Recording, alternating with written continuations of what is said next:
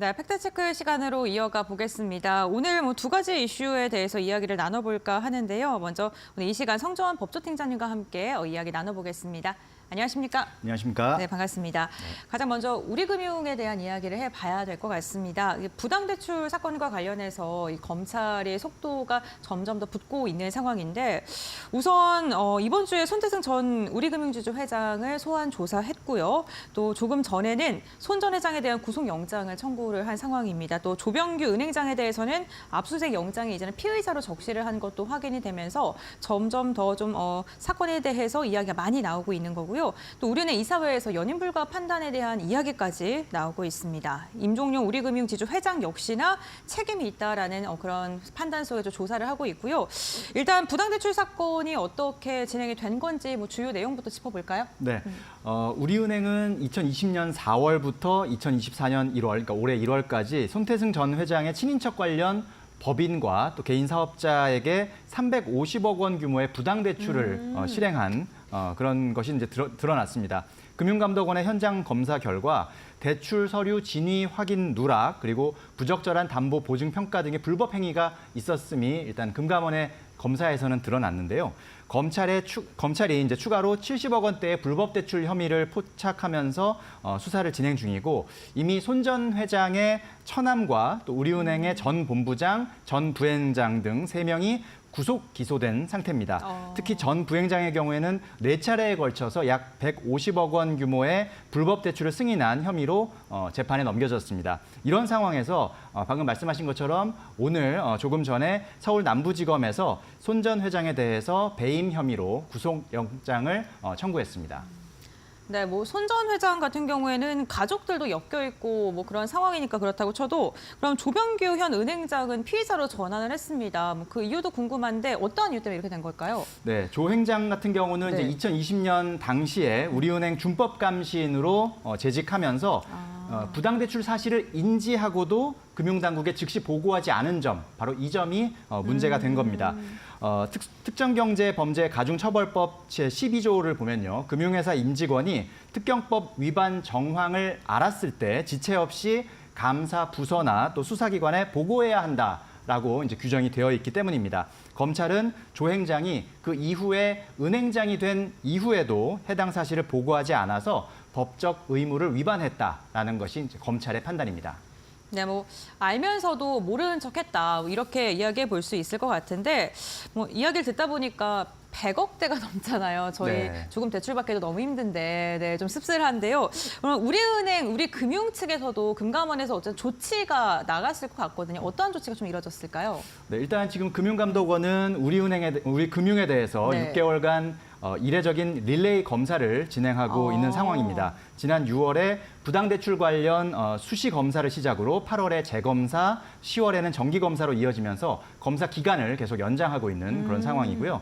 정기검사에서는 내부 통제 시스템, 조직 문화, 재무 건전성 등 이 경영 관리 전반을 점검하고 있고 특히 3분기 보통주 자본 비율이 금융당국 권고치인 13%를 조금 못 미치는 12%에 그친 점 이런 점들이 좀 주목되는 부분입니다. 금감원은 이르면 내년 1분기 중에 그 제재 결과를 발표할 예정이라고 합니다.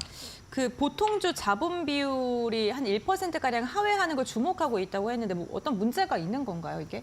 네, 일단은 네. 이 부분을 살펴봐야 되는 부분이고요. 여기서 네. 이제 어떤 문제가 있는지는 조금 네. 더 검사 결과를 좀 더 지켜봐야 되는 그런 상황이라고 볼 수가 있겠습니다. 네, 알겠습니다. 어쨌든 지금 굉장히 강도 높게 6개월간의 검사를 하고 있다라는 게 좀 키포인트인 것 같은데요.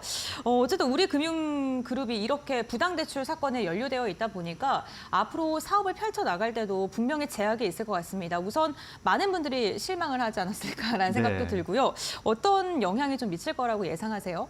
일단은 그 그룹 그리고 네. 기업 측면에서 자체가, 살펴본다면 이제 경영진 교체에 대한 문제가 일단 좀 지적이 될 수 있을 것 네. 같습니다. 일단 조병규 은행장의 경우는 앞서서 말씀드린 것처럼 피의자로 전환이 된 상황인데 연말에 사실 임기 만료를 앞두고 있고 그 이제 연임 여부가 눈길이 모아지는 그런 상황이었는데 사실상 연임이 지금 어려워졌다라고 볼 수가 있겠습니다. 오늘 마침 우리금융지주의 정례 이사회가 열렸습니다. 네. 여기에서 이사들이 조행장의 연임이 어렵다는데 의견을 일치한 것으로 전해지고 있는 상황입니다. 사회이사 7명 전원이 그 자회사 대표이사 후보 추천위원회의 멤버로서 우리은행장 후보를 심사하고 선정하는 그런 권한을 갖고 있거든요. 근데 이 이사들이 오늘 그 정례 이사회에 참석한 이사들이 전부 다 연임이 좀 어렵지 않겠냐라는 의견을 그 모은 것으로 알려지고 있고, 일단 이사들은 조행장의 어떤 리더십에 대해서는 뭐 인정을 하면서도 부당대출 사건이 번지면서 임기 만료 후에 교체가 불가피한 상황이 됐다, 이렇게 판단한 것으로 보이고 있습니다. 지난해 7월부터 이제 우리은행을 조행장이 이끌어 왔는데 올 연말에 만료 예정이고요. 아직 뭐 그렇다고 해서 차기 그러면 우리은행장 후보가 누가 될지 에 대해서는 아직 뭐 그런 후보군에 대한 언급이 특별하게 나오지는 않은 상황이고요. 한 다음 주 정도에는 최종 후보군에 대한 윤곽이 좀 드러날 것으로 예상되는 상황입니다.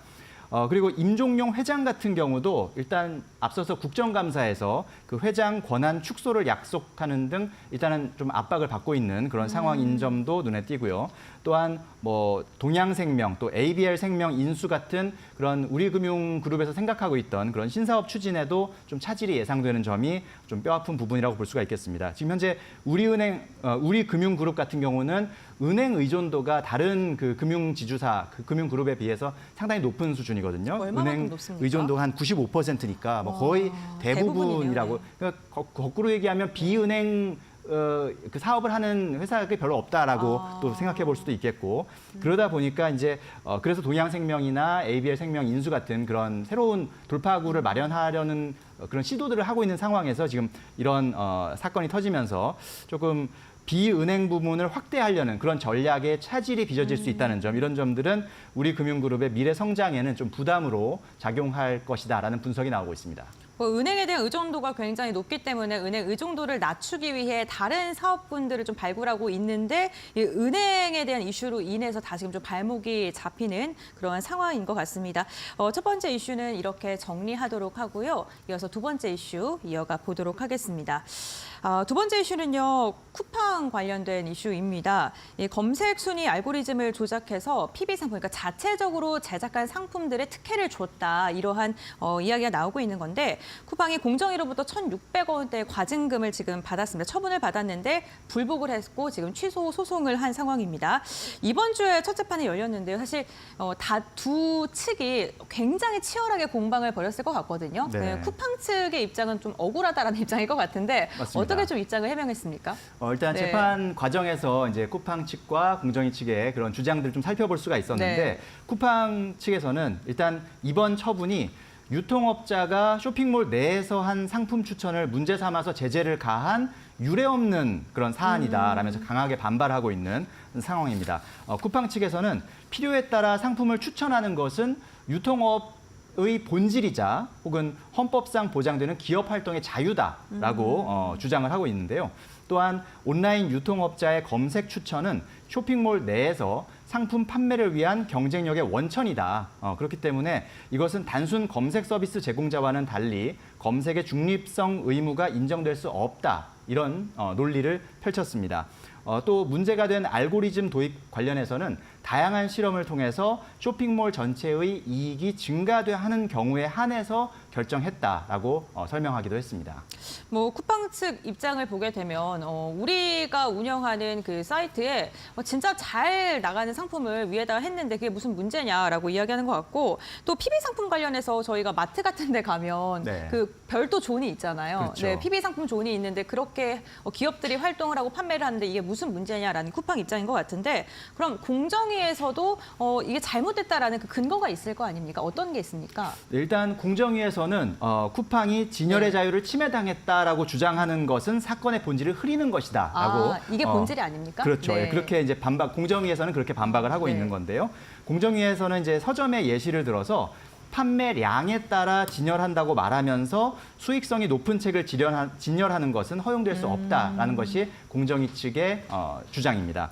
특히 쿠팡이 말하고 있는 소비자 선호도가 실제 소비자들이 얼마나 그 제품을 좋아하는지가 아닌 장래 선호 가능성이 있는 제품을 의미한다는 점을 지적하면서 일반 소비자들은 그런 식으로 그러니까 쿠팡이 생각한 것처럼 인식하지 않았을 것이다라고 공정위에서는 또 보고 있습니다. 또한 임직원들이 고객을 가장해서 리뷰를 작성한 것 그 자체로 명백한 위계에 해당한다라는 것이 또 공정위의 주장이기도 합니다. 그럼 공정위가 하는 말을 들으면 쿠팡이 앞으로 사람들이 좋아할 것 같은 걸 지금 좋아하는 거다라고 올렸다는 거예요? 네, 그렇게 이제 볼 수 있다. 그 부분은 네. 문제가 될 수 있는 것이다라는 것이죠. 그럼 결국에는 뭐 거짓 조작도 하고 이렇다는 건 사실 거짓으로 리뷰 쓰고 이런 건 당연히 제 선에서는 좀 문제가 될 만한 행동 같긴 하거든요. 네. 결국에는 그게 가장 큰 이슈인 건가요? 아무래도 네. 이제 뭐 거짓 리뷰를 쓴 거는 너무나 이제 명백한 사실 뭐 잘못이라고 볼 수가 그렇죠. 있는 네. 것이고 이 상품 배열, 진열 같은 경우는 사실 어떻게 해석하느냐의 문제일 수 있기 때문에 네. 아마 이 부분이 이 재판에서 아마 중요한 쟁점이 되지 않을까 그렇게 생각이 됩니다. 그럼 공정위는 얼만큼 정도로 지금 보고 있는 거예요? 지금 조작하고 이런 게. 네. 그 어떤 의미? 그러니까 뭐 순위 조작이라던가 랭킹 조작 이런 거를 어느 네. 정도 규모로 했다라고 지금 판단하고 있는지도 궁금합니다. 네. 규모 네. 랭킹 조작 규모. 네. 그러니까 네. 공정위에서는 이제 쿠팡이 PB 상품 네, 네. 또 이제 직매임 상품 등 네네. 자사 상품 한 6만여 개의 6만 쿠팡 개요? 랭킹 네네. 그 랭킹 순위를 부당하게 조작했다라고 이제 보고 있는데 네. 그러면서 자사 상품을 검색 순위 상단에 올렸다 뭐 이렇게 이제 보고 있는 것이죠. 네. 또한 임직원 한 2천여 명이 동원됐다고 보고 있는데 그러면서 7만여 개 정도의 긍정적 구매 후기를 작성하게 한 것 이런 것들을 문제로 삼고 있고요. 바로 이것이 앞서 말씀드린 것처럼 소비자를 기만하는 위계에 해당한다고 판단한 것이고 그래서 시정명령과 함께 1,620억 원의 과징금을 부과했는데 사실 이 정도 규모는 이제 국내 유통업계 최대의 과징금이었고요. 그래서 이제 쿠팡도 강하게 반발할 수 있었던 이유가 너무 이제 과징금이 과한 것이 아니냐. 이 어떤 뭐 지금 공정에서 생각하는 어떤 우리의 부당 행위라고 하더라도 너무 과한 것 아니냐. 뭐 이런 이제 주장도 함께 펼치고 있는 것이라고 보면 되겠습니다. 우선 우리는 잘못을 안 했지만 만약에 잘못을 한 것이더라도 지금의 1,600억 원은 너무 가하니까 이걸 좀 시정해 달라라고 이야기가 나오고 있는데 그렇다면 현재 소송이 어느 정도까지 진행이 된 걸까요? 쿠팡은 일단 공정위의 처분에 불복을 해서 네. 시정명령과 과징금 납부 명령 취소 소송을 제기한 상태이고요. 네. 또한 그 처분의 효력을 잠정적으로 중단해달라라는 집행정지도 신청한 상태입니다. 재판부는 지난달 시정명령에 대해서는 집행정지 신청을 받아들였지만 과징금 부분에 대해서는 집행정지를 기각했습니다. 이에 대해서 공정위는 대법원에 재항고를 했고요. 또 현재 대법원이 해당 사건을 검토하고 있다고 합니다. 한편 본안 소송의 다음 변론 기일은 내년 2월 13일로 지정이 된 상태인데 앞으로 양측의 치열한 법적 공방이 이어질 전망입니다. 네, 알겠습니다. 아직 현재 진행 중이고요. 2월 13일이 좀 넘어가야지 뭐 어떤 식으로 가닥이 나올지도 알 수 있을 것 같습니다. 오늘 이렇게 두 가지 이슈 알아봤고요. 오늘 이야기는 여기서 마무리하겠습니다. 고맙습니다. 네, 고맙습니다.